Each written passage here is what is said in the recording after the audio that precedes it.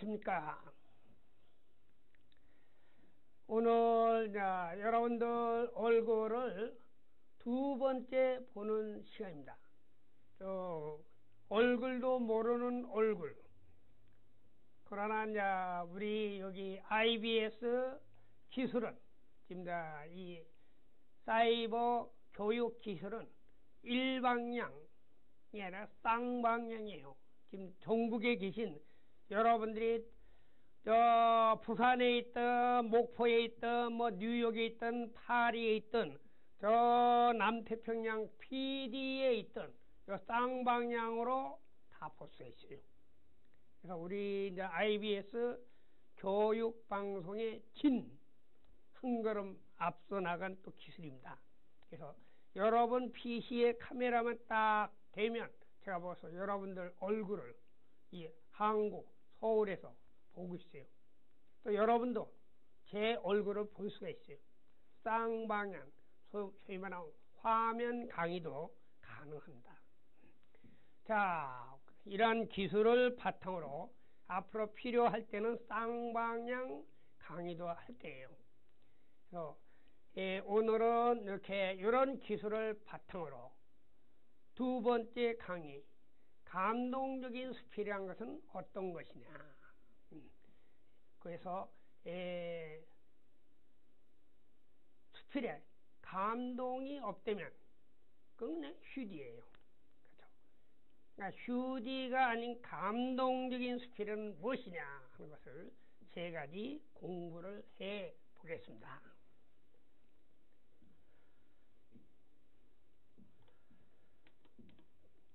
자, 그러면 이 제2강의 감동적인 수필이라는 것은 어떤 것이냐? 세 가지죠. 첫 번째, 감동적인 이 수필은 어떤 것이냐? 두 번째, 수필가의 역사의식과 시대인식. 세 번째, 수필과 다른 장르와의 차이. 이 세 가지를 공부를 해 보겠습니다. 자, 감동적인 수필이란 어떤 것이냐? 여기서 하나 세계 명수필 읽기. 여러분들이 이제 여기 이번 강의에서 말씀드리는 이 명수필들 앞 시간에도 이런 몽테스큐, 찰스램 이런 또 우리나라 유명한 이규태 또 흙 속에 바람 속에 이어령 이런 유명한 수필가 또 유명한 명수필 작품 소개를 해 드렸죠. 그런 책을 읽어보세요.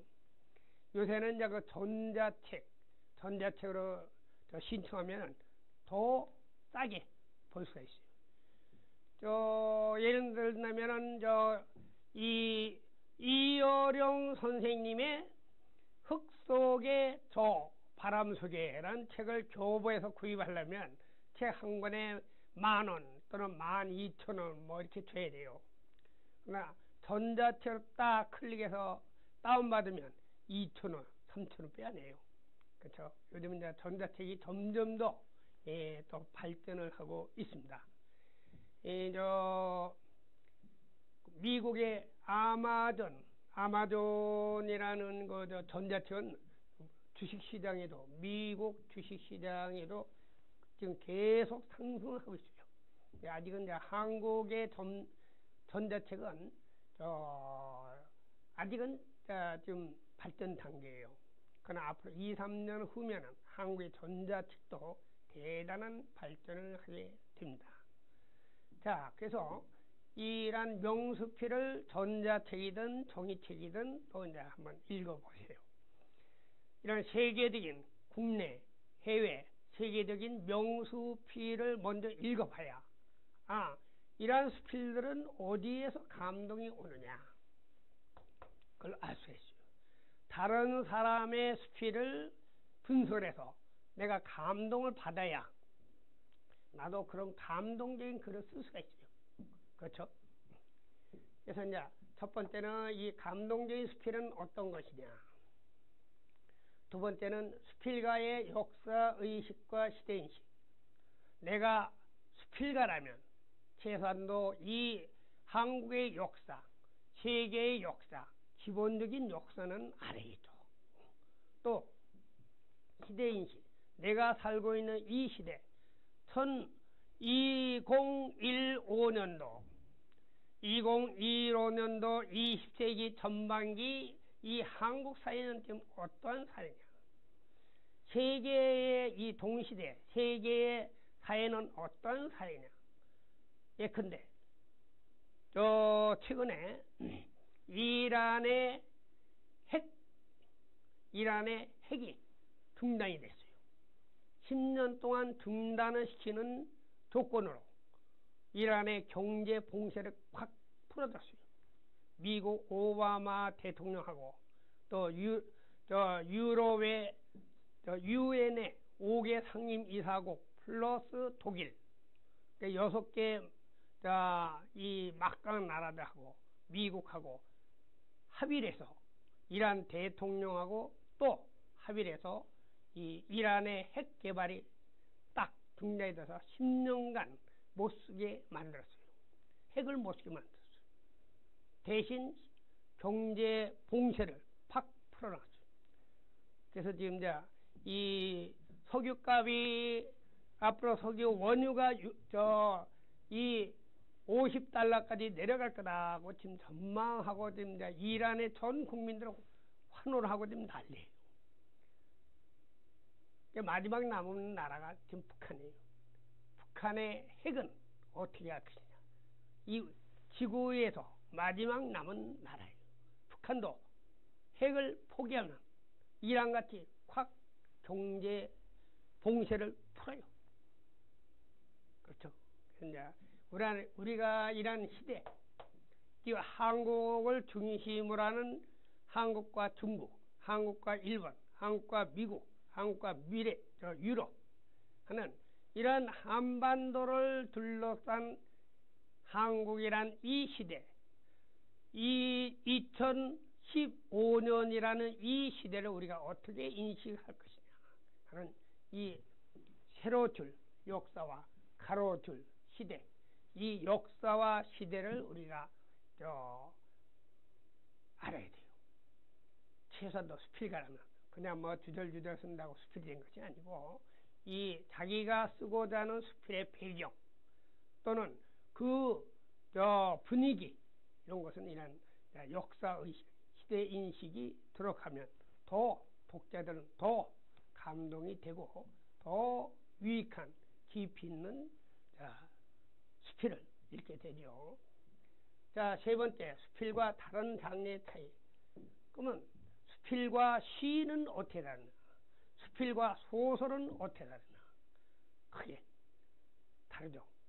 그래서 그런 차이는 어디에 있느냐? 이 세 가지를 이제 이 시간에 한번 공부를 해 보겠습니다. 자, 그러면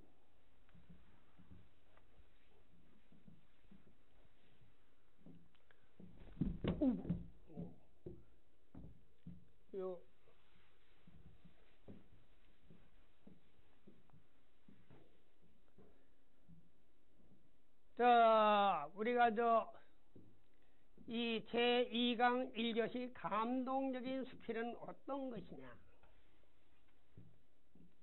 자, 세계 명작의 비결 세 가지죠. 자, 이 감동은 어디서 오느냐?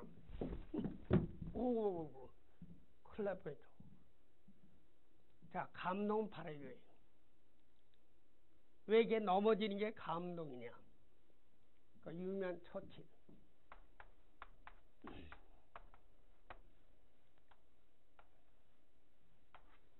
처칠이 누구예요? 이 제2차 세계대전의 영웅이죠. 처칠이 유엔군 총사령관이 돼서 노르망디 상륙작전을 성공했어요. 처칠이 노르망디 상륙작전에 성공했기 때문에 2차 대전이 끝났어요. 러시아의 항복을 받았죠. 또 독일의 항복을 받았어요. 그것이 노르망디 상륙작전. 근데 이 영국뿐이 아니고 유럽 시민들의 최대의 동료를 받고 최대의 우상화된 게 처칠이에요. 근데 처칠이 그렇게 위대한 처칠이 수상이 돼서 영국 수상이 돼서 이 무대에 착 저올라다 넘어졌습니다.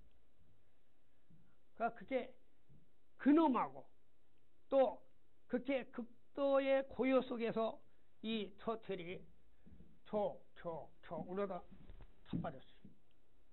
키는 요만한 게 처치 키가 요만하죠. 앉았는지 일어섰는지 구분이 안 될 정도로 요만해요. 그러니까 그 조그만한 처칠이 근엄한 표정으로 올라오다가 넘어지니까 이놈은 마이크 줄에 걸려갖고 넘어지니까 얼마나 폭소가 나요. 웃음이 나오지만 웃음을 못 참고 막 킥킥킥 됐죠. 그러니까 처칠이 저어 가다가 이렇게 가다가 또 한 번 넘어졌어요. 일부러. 그러니까 더 폭소가 터졌어요. 우리 위대한 영국 시민 여러분, 여러분들이 웃어준다면 내가 또 한 번 넘어질까요? 그것이 바로 명령설이 됐죠. 이게 바로 뭐냐? 감동이에요, 감동. 그렇죠? 처칠이 영국 총리가 돼서 위대한 존경하는 시민 여러분, 내가 총리가 되면은 구름다리를 넣어주고 영국의 GDP를 갖다가 10만 달러 올려주겠습니다. 실적이 돼요. 우리나라 여의도 국회의원들은 충분히 그런 말을 해요. 많이 써먹죠. 얼마나 거짓말이에요. 나 처칠은 안 그래요. 단지 영국 이 세계 2차 대전 피비린내를 갖다 종식을 시키고 영국 국민들의 90% 절대 지지에 의해서 옳은 총리 수락 연설에서 이 웃음, 자기가 일부러 넘어짐으로 해서 국민들이 웃을 수 있다면 이렇게 행복할 수 있다면 내가 또 넘어지겠다. 그게 위대한 감동이에요. 수필도 마찬가지. 거창하게 어쩌고 웅변하듯이 주절주절 떠들듯이 그게 수필이 아니에요. 그렇죠? 자, 그러면 근데 죄송합니다.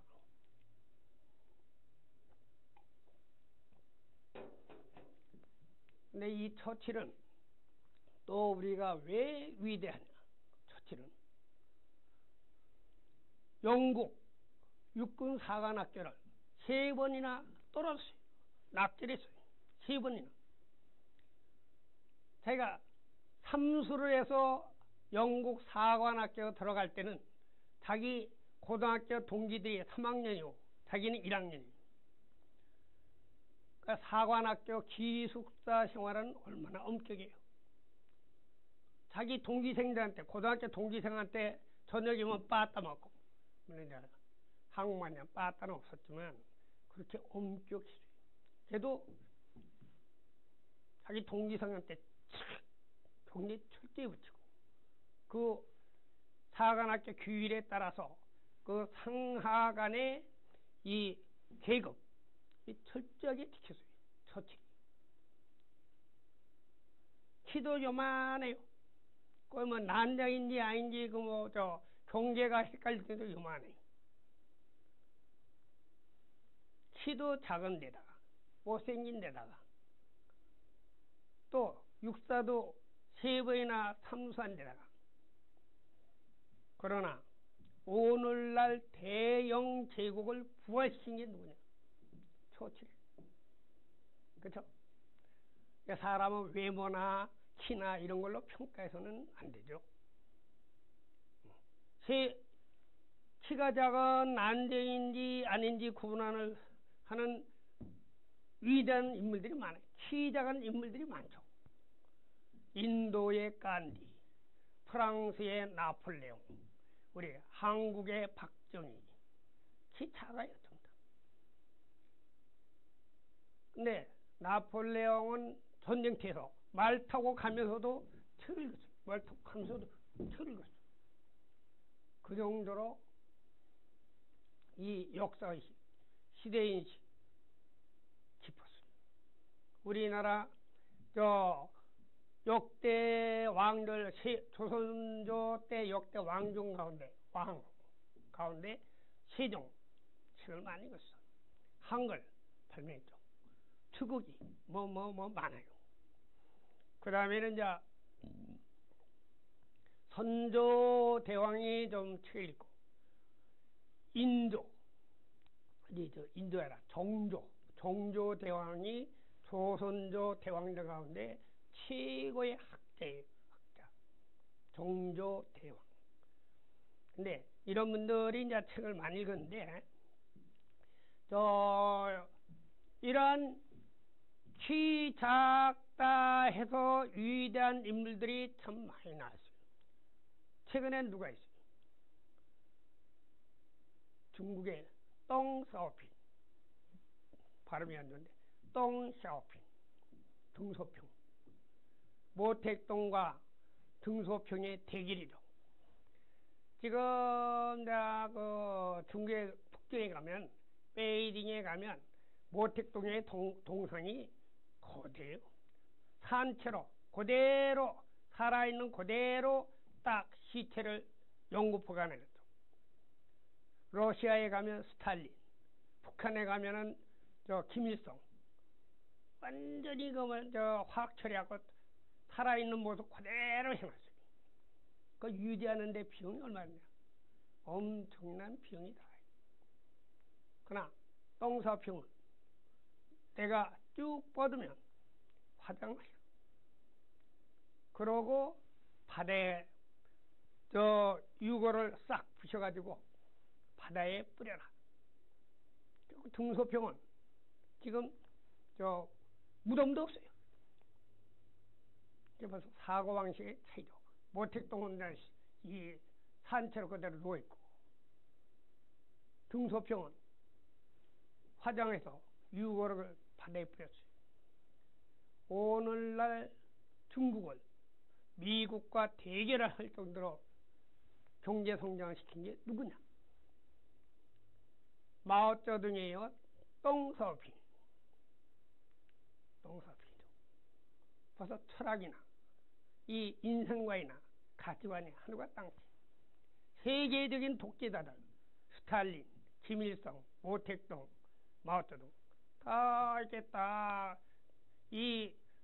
내가 죽었지만 그대로 보관해라. 나는 위대한 인물이다. 그게 위대한 거예요. 자, 그래서 우리가 처치를 또 한번 생각하게 해야 돼요. 그러니까 살아있는 인간이든 죽어있는 인간이든 그것도 하나의 이야기예요. 하나의 스토리죠. 스필도 하나의 스토리예요. 그래서 우리가 이제 이 처치를 한번 다시 생각하는 게 그렇게 서민적이고 또 그렇게 집념적이고 또 극복을 했어요. 우리 젊은이들이 지금 88세대 열정폐에 농락을 당하고 또 약 100만 명이 취업을 못하고 결혼도 못하고, 그렇죠? 아주 지금 절망 속의 절망이에요.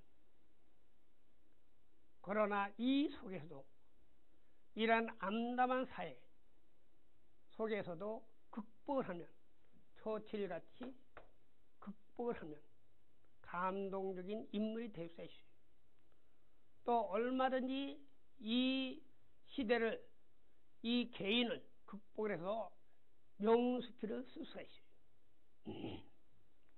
자, 그래서 이제 우리가 감동이란 과연 무엇이냐 하는 문제를 말씀을 드렸어요.